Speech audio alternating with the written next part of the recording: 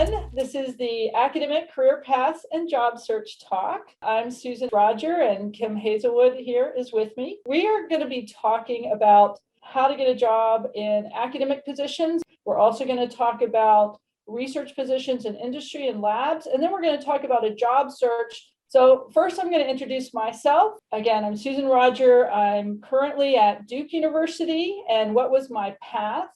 Well, I started at North Carolina State University, got a Bachelor of Science in both math and computer science. I actually wasn't even thinking of going to graduate school. I was actually doing research with a professor. Since I had a second major in math, I had an advisor in math, and I went to ask her a question when I was like at the beginning of my senior year. And she said, "You are going to grad school, aren't you?" And I hadn't even thought about it. And so then I went back and talked to my advisor, and he's like, "Oh yeah, you should apply for grad school." He just never mentioned it to me. And then I went on to grad school then at Purdue University, where I got my Ph.D. in algorithms. I did start out as an assistant professor, tenure track at Rensselaer Polytech Institute. And while I was there, I just really got interested in education. I saw people trying to solve problems in automata theory, for example, and I just saw like there should be a tool for this. It should be visualized. They should be able to experiment with these concepts. And I started building a tool. And so as a result of that, I decided to change my track about 5 years in. And I heard about this new position at Duke University called Professor of the Practice position, where you could focus on teaching. And that's what I was really loving at the time. And so I did move to Duke University 5 years after getting my PhD and went through as assistant professor of the practice on up to full professor of the practice. So my research is in CS education. I like visualizing theoretical concepts and helping people learn those concepts. And then I've also done a lot of outreach and realized that we just need to help people learn more about computing in K-12. So I've been running workshops for middle school and high school teachers who don't really know much about computing. And then just for fun, what do I like to do? I like exercising, running, swimming, hiking. I also love to bake and making all kinds of cookies and such. And so this is Super Mario here on the left, and that's actually a 2-foot tall cookie. And the second picture here is, I don't know if you've heard of the Wiggles. They're an Australian children's band. And this is the big red car. And this is my son when he was 4. He's much older now. This is actually my only published picture of a cake. It's in the Wiggles magazine, issue number 42. So I put that on my CV. My baking also flows over into computer science. So this is a Turing machine made out of blueberry muffins. I would make this ahead of time before my class got there, give them the problem, and there'd be something wrong with it, and they would have to figure out what is wrong with that program, and then they would get to eat it. I have also loved to write Wikipedia pages about notable women in computing, and that project turned into a deck of cards of 54 notable women in computing. And then I also love cats. Those are 3 of my cats, and it took me a while to get them all in that position for that picture. And then Kim is going to introduce herself now. Susan and I are pretty complementary in our backgrounds. We actually share some commonalities in how we got started. One commonality being that we both spent some time at NC State. But another commonality is that I also originally majored in computer engineering for my bachelor's because I wanted to pick a degree that I only needed a bachelor's to be able to get a good job. And I similarly had a professor who picked me out of the crowd in my second year and said, "Hey, you should really think about grad school." So sort of planted the seed. He invited me to do research in his lab. And then I think once I realized that the rest of the process after undergrad was free, then I thought, oh, wait a minute, this is a game changer. Maybe I should look into this. So continued on for my master's at NC State and then went up to Harvard for my PhD with Mike Smith. After my PhD, I spent a year as a postdoc at Intel, which gave me a pretty good start on what was my next gig, which was assistant professor at a research-oriented university, because it gave me contacts, it gave me know-how in how the funding works, and it also gave me a head start on some of my research. So I spent 7 years at the University of Virginia focusing on research. And then I went on what I call my 10-year sabbatical, which I'm still on. where I spent time at Google, Yahoo Labs, and now I'm in Facebook AI research, leading a research team and serving as the West Coast head of engineering. So my research has evolved over the years as well. I started out with an interest in computer architecture, compilers. My thesis work was in an emerging area at the time called binary translation, but I've basically pivoted multiple times, sort of evolved into what was new and trendy. And so the latest thing that I've pivoted into is looking at work that's right at the intersection between systems and machine learning. And coming from Facebook AI Research, we're the creators of PyTorch. And so we do a lot of work in that space. So next, on the personal side, my husband and I joke that we are single-handedly helping to solve the diversity problem in computer science by raising 4 daughters. That is where a lot of my time is spent, is hanging out with my awesome daughters. I also enjoy running. I enjoy traveling. I am getting to do a lot of sewing. And it turned out that that was a skill that its stock went way up during a pandemic, because then I was making masks for the family. I was home a lot, so I was doing lots of crafting projects. So we're going to talk in general about academic positions, and then we'll go into more detail. So there's pretty much 3 expectations if you take an academic position. The first one is going to be research. Kind of cool about research is you get to pick what you want to work on. You're in charge of that effort. You get to involve students. You do have to fund your own research. There's ways to get grants for that. Teaching is also a part of it. No matter whether it's teaching focus or research focus, you're going to have to do teaching. Third component is a service or administration. And so that will involve a lot of committee work. There are some committees that are very heavy in a sense, like admissions committee, where you're going to have to look through a lot of applications. And there's other committees that may not be quite so heavy. And then there's some higher level service, like you may become chair of your department, which is a very big component of service. And then that you also want to be doing some external service that also helps you get known outside of your university. You become chair of your professional society, or just volunteer to help run conferences because somebody has to run those conferences. So here's sort of just like a table that sort of maps out the different types of institutions and positions. And so these are some of the possibilities you can consider when you're thinking about what type of position do you want to get. And then the institutional expectations are going to be different depending on if you get a more research-focused position. Clearly, research is going to be where you're going to spend most of your time. Again, you're still going to have to do some teaching. You might be able to buy out some of your teaching, but you can't really buy it all out. You're still going to have to do some teaching. For teaching-focused positions, clearly teaching is your focus. You're going to spend a lot more time teaching. You're going to have more classes to teach, likely, maybe a lot more students to teach. Professional development scholarship is going to be lower because you're not going to have as much time for that. You may find that you're going to have to do most of that in the summer, for example. That's when you can really focus. Okay, and then Kim's going to talk about academic research focused position. As Susan just mentioned, there's a lot of different paths here. At a research-oriented university, the key thing to understand is the big piece of the pie where a lot of the bulk of your time will be spent is on the research itself. I'd say for the most part, what is expected is that you completely own your research agenda. So that means being able to articulate a vision out of which lots of different research projects for PhD students could spin out of. And then along the way, lots of sort of evidence that that is going well. And evidence that that's going well would be things like publishing at top tier conferences, being invited to speak in lots of places, being able to bring in the amount of funding that you need to be able to sufficiently run your research programs.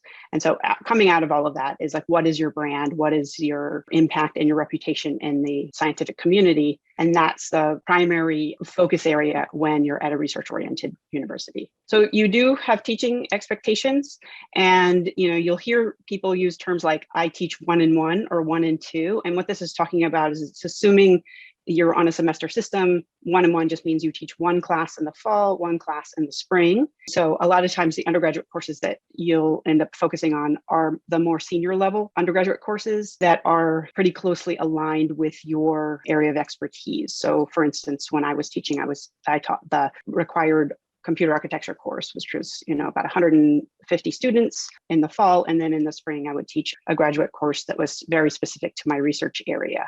this is going to be at most 50% of your time, but probably a lot less.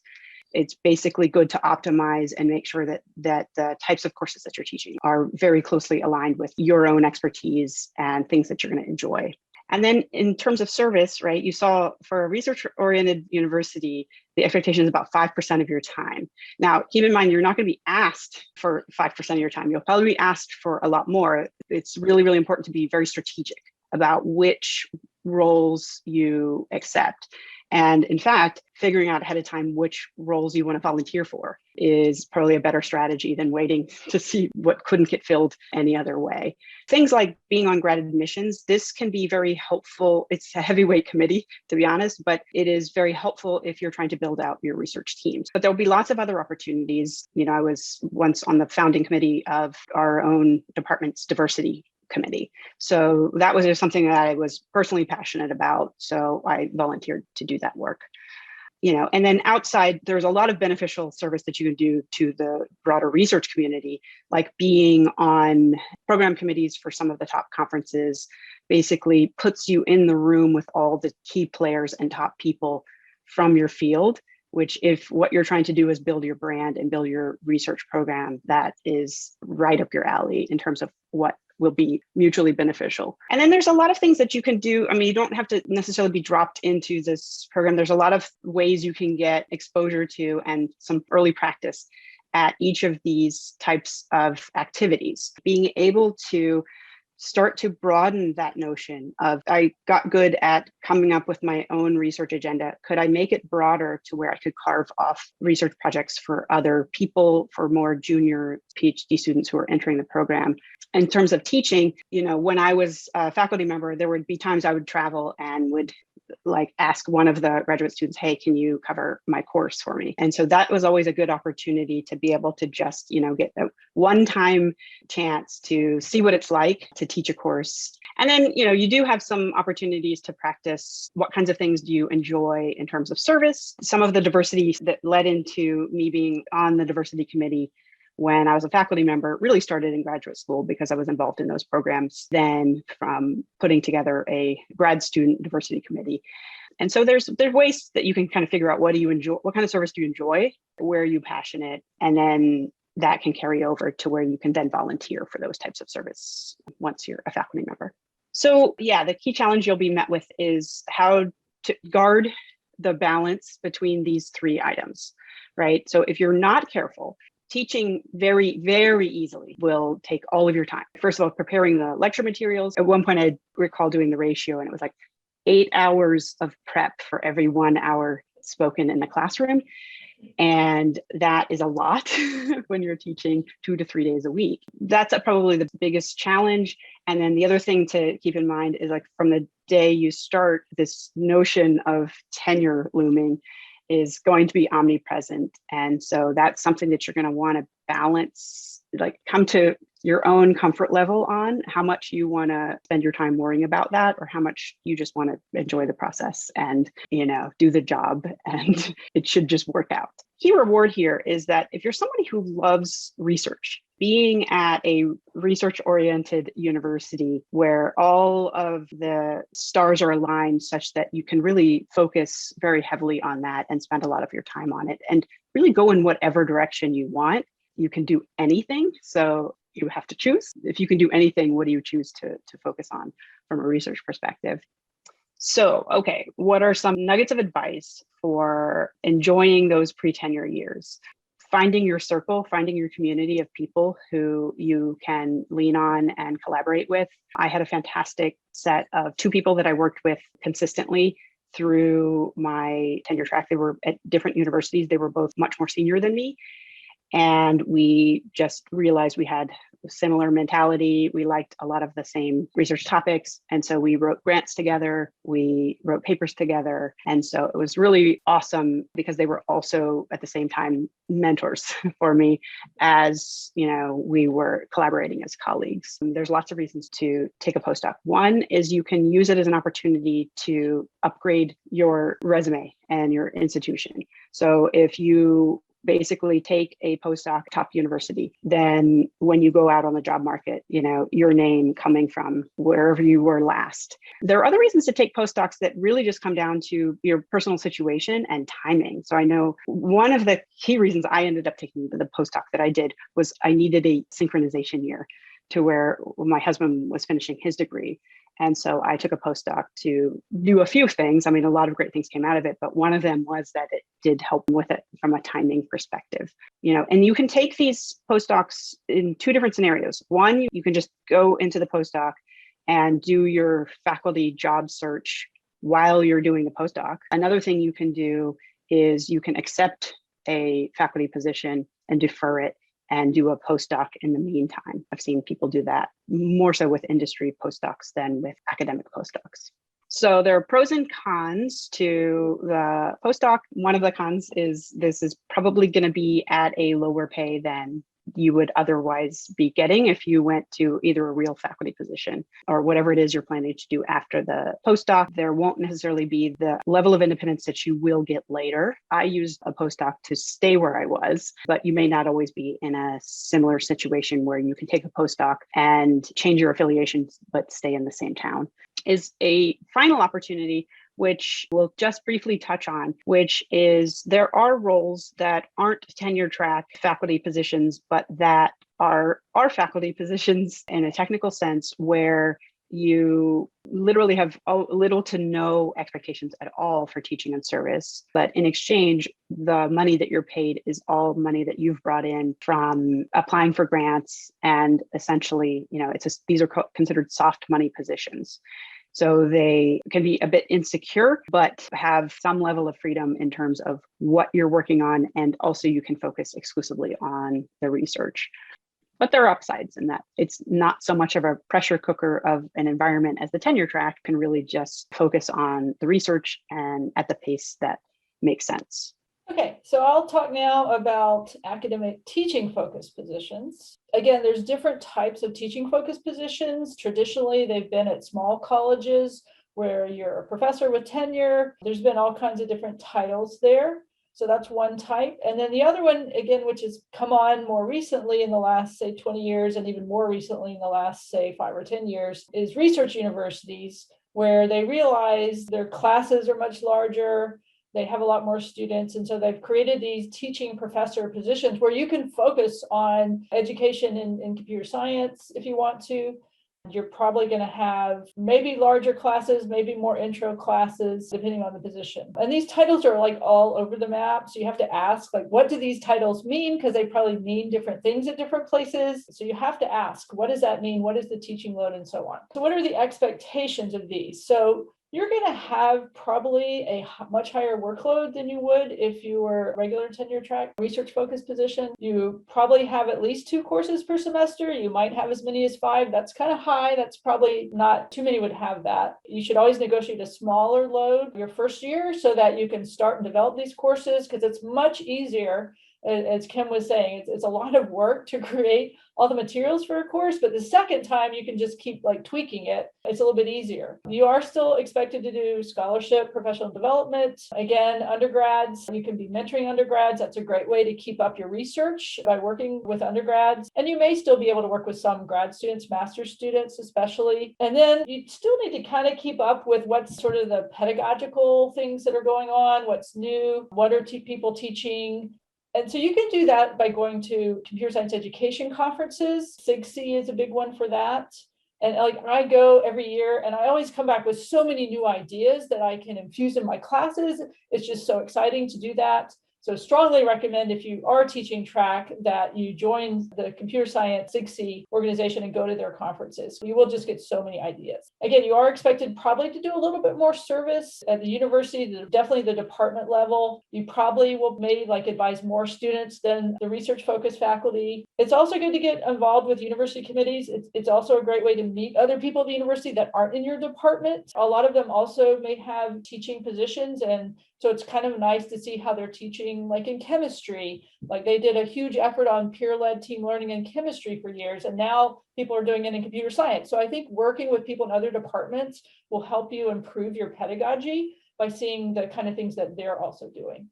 try to get involved, volunteer for SIGC, other professional organizations. And even like if you still may have a research passion, you can volunteer for the research conference so that you're still getting a foot in the research side while you're still doing a lot of teaching. And then research at teaching universities, there is a lot of research. So if you decide like you really are passionate about doing research and teaching, and you want to do a lot of teaching, you can go to a research university teaching track position, and then you're still accessible to a lot of faculty who are doing a lot of research, and you can work with them on their projects. And so that's a good way like to sort of keep up your research while you're still doing a lot of teaching. It's probably harder for you to get released from teaching if you're teaching track. There are ways to get it. Many teaching track positions may not have a sabbatical. Like our university doesn't have a sabbatical, but what they do have is something called a dean's leave. And so you are applying for it. It's competitive and you can get it, and it's like a sabbatical. So I've gotten like 2 of those because I wanted to write a book. So you can look for these things, and you possibly can do that. Oh, and I just want to mention that there are several undergraduate research programs you can sort of leverage, like CRAWP has the Drew program. And if you don't have funding, they will fund that student to come to you and work for you in the summer. And then again, you can write a grant for an NSF-REU program, and that's another way to get undergraduate research going. So preparing for a teaching focused career, if you really want to teach, you want to try and get some experience. And as Kim mentioned, you can teach a class. That's a great way to start.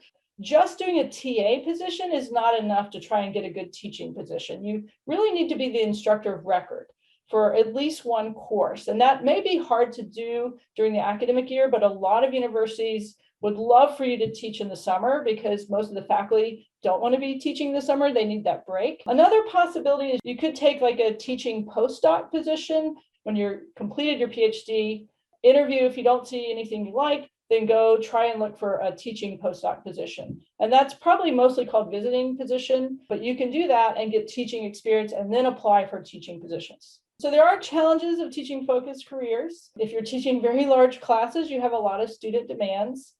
And that's why at our institution, for example, we have hired these teaching associates that help with our very large classes. Many universities that are very large have started doing that. So if they haven't, you can like ask your university and point out, collect data and say, hey, we should have some positions like this to help with our large classes. What else is different? I guess salary can be different.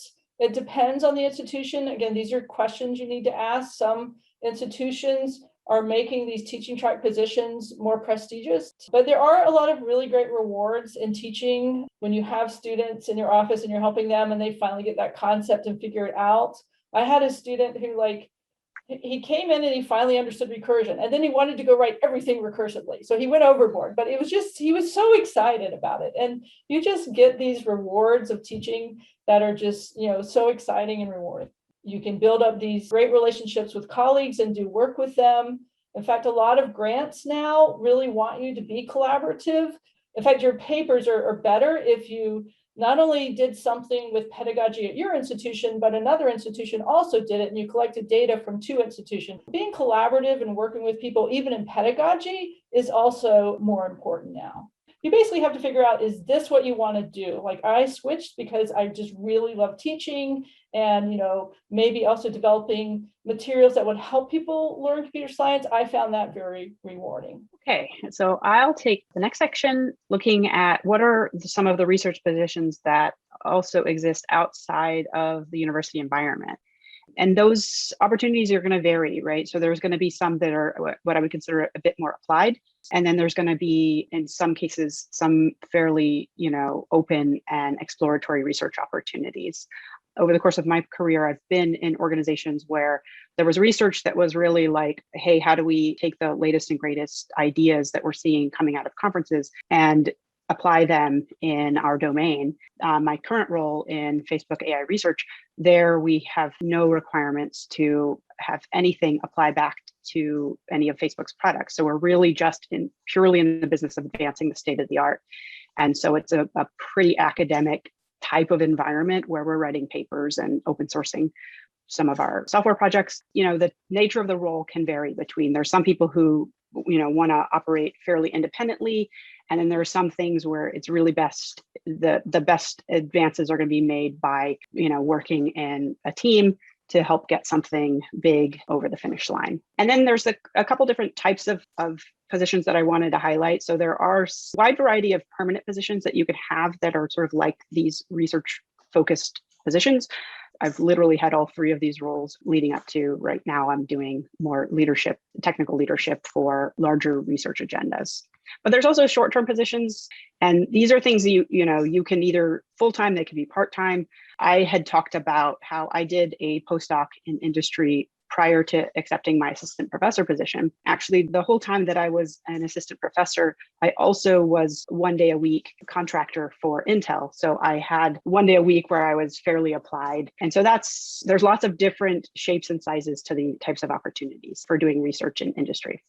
So pros and cons, I'd say the benefits of doing research in an industry environment, there's a laser focus on what are you here to do? You're here to do the research. And you have some fantastic collaborators that are essentially like your peers. The challenges, of course, are that the amount of research freedom you have is highly, highly dependent on the specific context and like what team you're landing on, what organization they live in, what company that lives in, and how much they value fundamental research versus, just pure applications of the research into actual products. All right, so now we're going to talk about how do you get that job, and just sort of an idea of how it works right now is we might have a single position and it could bring in hundreds of applications. How do we deal with all these applications? We review them, and then we might take a smaller group and do phone interviews so that we can cut it down to who we're going to invite. And then we would pick maybe for a position 3 to 8 applicants brought in for one position, and then we would make an offer to the top person there. And then we're going to talk about all of these items here and what you would do for each of these items. So we'll start with the cover letter. You want to customize it. You also don't want to have a typo in it, because we've seen letters where they reference the wrong school, for example. So be very careful, customize it and proofread it. Those are the most important things. And then highlight your accomplishments. Like when I was applying for this teaching position, which was very new at the time, not many places had a teaching position. I immediately put on there, I'd just gotten 2 grants, because I wanted them to know I had just gotten 2 grants in the last 2 months, because I was very excited about that. So you want to find out what can you be excited about and put that in the letter. How are you going to stand out is sort of the main thing. For the CV, there's standard information that you're going to put on there, and you want to make sure that everything is easy to find. Use titles that are easy to find. Your education and work experience, those need to be there and they need to be clearly identified. Definitely your publications, make sure they have full citations. I've seen CVs where they don't even say like how many pages. So I can't tell if is it a full paper, is it a 1-page paper? I can't tell. We're going to definitely be looking at your publications. If it is a research focused position, we're also going to be looking for teaching experience if it's a teaching focused position. That's very important because we want to know, have you taught? Do you have teaching evaluations? Those kind of things. So there is a teaching statement, and you have to do this regardless of whether it's a research focused or it is a teaching focused. It's definitely more important if it's a teaching focused position, because you need to talk about your philosophy. What are the things? Do you use active learning in your classes? You have to make sure you're getting across that you're very passionate about teaching. I think you want to be specific, like give a concrete activity, specific activity you've done that you can relate to. If you say you do active learning, then give that activity. Describe one of those activities you've done, say with active learning. Now, some institutions will require a diversity statement. I think the biggest mistake is when you talk about things you're going to do and you haven't done them yet. So they really want to see like something you've made this commitment already to do. I mean, you can still talk about some of what you're planning to do, but we're really looking for evidence that you've already done it or you've thought about how you can be inclusive. And that could be in your research, it could be in your teaching or service. So it could be in lots of different ways. Because if you don't have any of that there and it's all future plans, that's not going to be as impressive. So I wanted to talk a bit more about the research statement and the letters, but here, this is your chance to basically provide your vision, right? And a way to like incorporate all of the great things that you've already done and essentially tell the story and pretty much tie all of the other parts of the application together in this, right? So it should provide evidence on why you're interested in teaching whatever you said you were interested in teaching in, because it's part of your primary research agenda. So that the person, how do I envision they're going to thrive at our specific university? And also, how does this research agenda fit into the existing research that we have ongoing, right? Who would they potentially collaborate with? Who is this a gap that we currently are trying to fill? Those are the kinds of questions that you're answering through the research statement. So the reference letters are actually extremely important. I wrote letters for people this academic cycle, and the ones that worked best were the people who, before I wrote the letter, sent me all of their other materials. They were like, here's my research statement, here's my teaching statement, here's everything that I'm planning to submit along with this packet, so that I could read that, really process it, be able to highlight everything that I had observed that this person had done that definitely plays into that agenda, also reinforce that, what are my thoughts about their research agenda? All of that can go into the letters. So this is actually procuring your letter writers is something you want to start very, very early. My advisor had me literally picking who I was going to write papers with or who I put on my PhD committee based on who do I later want letters from, because the much better letters say, I worked with this person, seems much more of a genuine letter from somebody who actually can vouch for them than these were very, very strong. Okay, so then sometimes, not always, there will be a phone interview with a chair where they're kind of running through some of the materials, basically making a decision on who they're going to potentially bring on site. So if you're lucky enough to get a call or get an invitation, then basically the process is usually a pretty exhausting interview, right? It's usually spread over multiple days. You're giving talks. If it's a teaching position, you might actually teach a course. And then it's just a lot of meetings with lots of the existing faculty members. And there it's super important to do some homework on who those people are. You don't want to go in there and be like, who are you? There's nothing more insulting to an existing faculty member than someone not knowing who they are and not even wanting to spend any time to look them up, look at their webpage and see what they do. If things proceed, then you go to offer and negotiation stage. And it was really interesting. One of the offers that I got, the chair told me, you should really negotiate. And I thought, that is hilarious coming from the person that I'm going to negotiate with. But thank you for the advice. It's a pretty extensive process, so make sure you dedicate a lot of time to getting all these materials together. So when it comes to postdocs, it's much less formal process. There, it's really about talking to lots of people and making sure that they all know that you're on the market and that, they can tell you about any of the opportunities that they've heard about. The interview process, if anything, is pretty informal at best. When it comes to industry research, it's a completely different ballgame. So first of all, it's a rolling process. There's no notion of everybody starts at the same time. Actually, in industry, they're perfectly happy to take you anytime you're ready. Really just 2 to 3 months before when you would want to start is perfectly legitimate of a timeline for applying for an industry research position. There's nothing you need to bring other than you need to actually study and prepare for that interview process. And then it's also a bit more likely to be decentralized, which means you will interview for a specific team within a company or for a specific organization. Okay, so now we're kind of in the final stages where we just have a lot of materials to share with you for when it comes time for you to go on the job market. There's a lot to do. Number one, make sure that you advertise. Make sure when you're giving talks, you say, hey, everybody, I'm on the job market. That's number one. And then if you want to see what are all the opportunities, there's lots and lots of resources. So lots and lots of opportunities there. Yeah, and if you're interested in a teaching position, you should definitely join SIGSI. They have a job listserv and they constantly advertise not only just regular positions, but also visiting positions. And those are important if you want to try and do a teaching postdoc. Lots more resources, lots of reading that you can do, and lots of pointers. Final thoughts, I'd say we've thrown a lot of information at you to process. Some of this will be reinforcing some of the things that you already knew. Maybe there's some gaps that we helped fill in. But my key piece of advice is figure out which of the types of career paths resonated with you the most. There's no perfect job for everyone, but there is a perfect job for you. So it's your job to figure out, what does that look like? What do the ratios between teaching, service, research look like for me that is going to make me happy?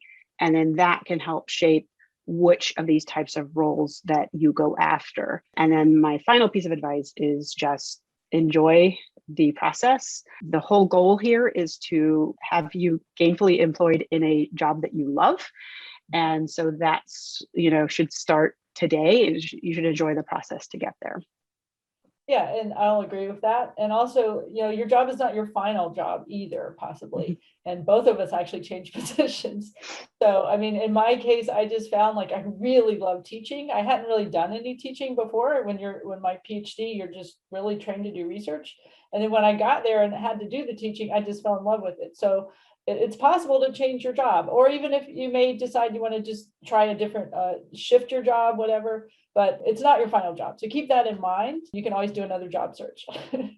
Yep. If you talk to anybody who's been around long enough, you see very few people have this linear path where they, landed in one place and stayed there forever. So it's very forgiving. You can change once you realize that, okay, I went on the path I went on because I loved research.